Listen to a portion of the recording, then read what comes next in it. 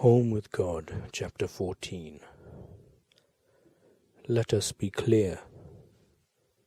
Hell does not exist. There simply is no such place. I know that this is the question of the ages. What happens following our death?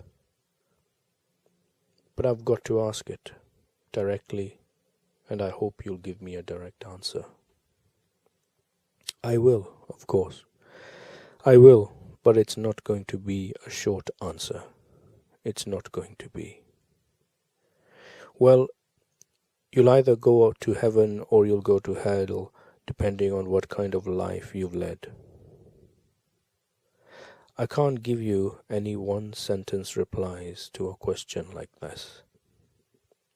No, you'll have to leave that to the church. No comment. So, your answer? What happens when we die? Let me begin by saying that there is one thing that will be the same for everyone. And that is that your death will be experienced in what you would call stages or phases. And the first stage is the same for everyone. In stage 1, at the moment of your death, you will instantly experience that life has gone on. This will be the same for everyone.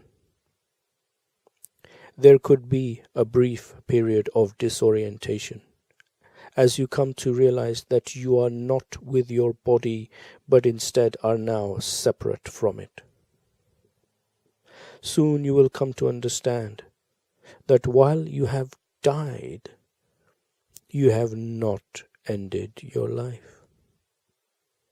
It is in this moment that you will realize and experience fully, perhaps for the first time, that you are not your body, that a body is something you can have, but not something you are. Immediately, you will move into stage 2 of your death. And this is where individual paths diverge. In what way? If the belief system that you embraced before your death includes the certainty of life going on, once you grasp that you have died, you will know immediately what is happening, and you will understand it. Your second stage will then be the experience of whatever you believe happens after death. This will be instantaneous. If you believe in reincarnation, for instance, you may experience moments from previous lives of which you have no previous conscious memory. If you believe that you will be enfolded in the embracing arms of an unconditionally loving God, that will be your experience. If you believe in a day of judgment or a time of reckoning, followed by paradise or damnation for all eternity, yes, tell me, what happens then? Exactly what you expect. As soon as you move through stage 1 of death and realize that you are no longer living with a body, you will move into stage 2 and will experience yourself being judged, just exactly as you imagined that you would be. And the judgment will turn out just exactly as you imagined that it would. If you died thinking that you deserve heaven, you will immediately experience that. And if you think that you deserve hell, you will immediately experience that. Heaven will be exactly as you imagined it would be, as will hell. If you have no idea about the specifics of either, you will make them up right on the spot. Then these places will be created for you that way instantly. You may remain in these experiences as long as you wish. Well, then I can find myself in hell. Let us be clear, hell does not exist. There simply is no such place. Therefore, there is no such place for you to go. Now, can you create a personal hell for yourself if you choose to, or if you believe this is what you deserve? Yes, so you can send yourself to hell, and that hell will turn out to be exactly as you imagined or feel a need for it to be. But you will not stay there for one moment longer than you choose to. Who would choose to stay there at all? You'd be surprised. A lot of people live within a belief system that says they are sinners and must be punished for their offenses. And so they will actually stay in their illusion of hell, thinking that this is what they deserve, that this is what they have coming to them, that this is what they have to do. It will not matter, however, because they will not suffer at all. They will simply observe themselves from a detached distance and see what is going on. Something like watching an instructional video. But if there is no suffering, what is going on? Suffering, but there will be none. I'm sorry? What is going on is that they will appear to be suffering, but the part of them that is watching this will feel nothing, not even sadness. They will simply be observing. To use another analogy, it would be a bit like watching your child play act some little scene in your kitchen. The child appears to be suffering, holding her hand to her head or clutching her stomach, hoping that mommy will let her stay home from school. Mommy understands perfectly that nothing is really happening.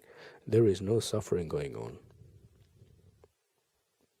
This is not an exact analogy, but it is close enough to get across the feeling.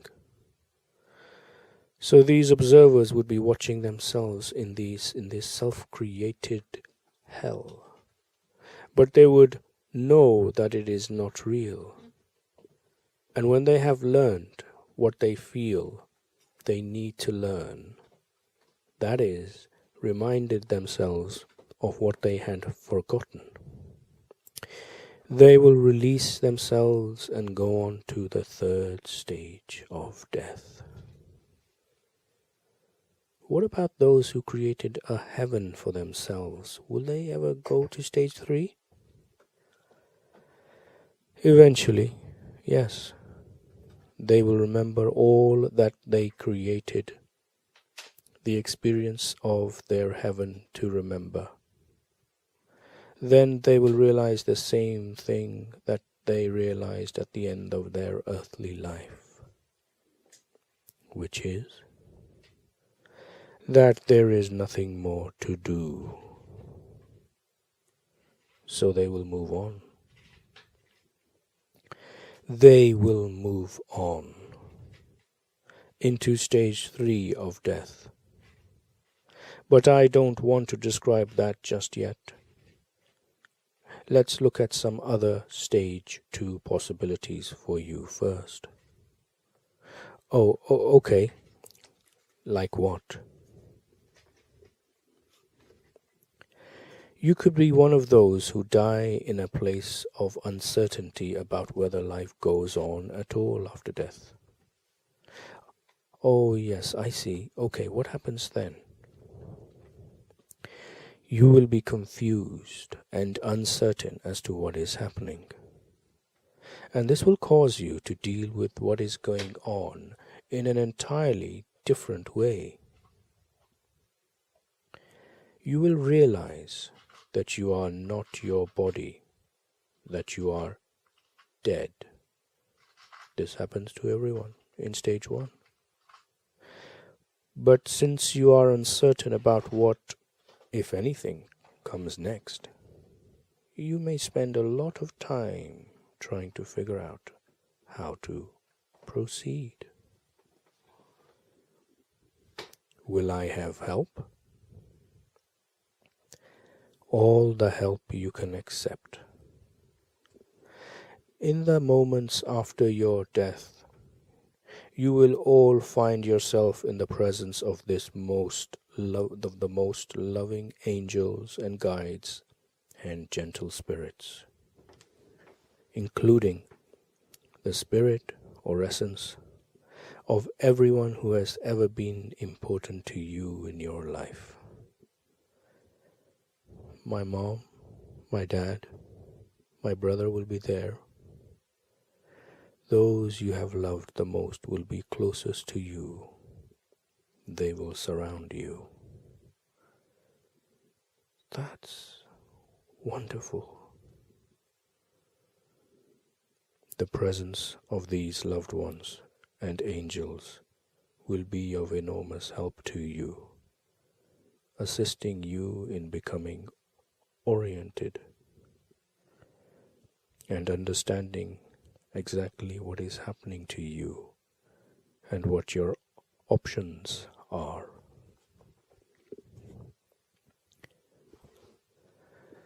I had heard that we are reunited with our loved ones after death and that they help us cross over. And I am so glad to know that this is true. You may even become aware of the presence of some of those loved ones before your death. Before my death. Yes. Many people, while they are still in physical bodies, announce to others in the room that they are seeing loved ones or that their beloved has come for them. Those others in the room often trying to convince dying people that they are seeing things, and they are seeing things that are very real, but things that other people cannot see because of their limited perspective. Your perspective widens immensely after death, and often in the moments just before you die.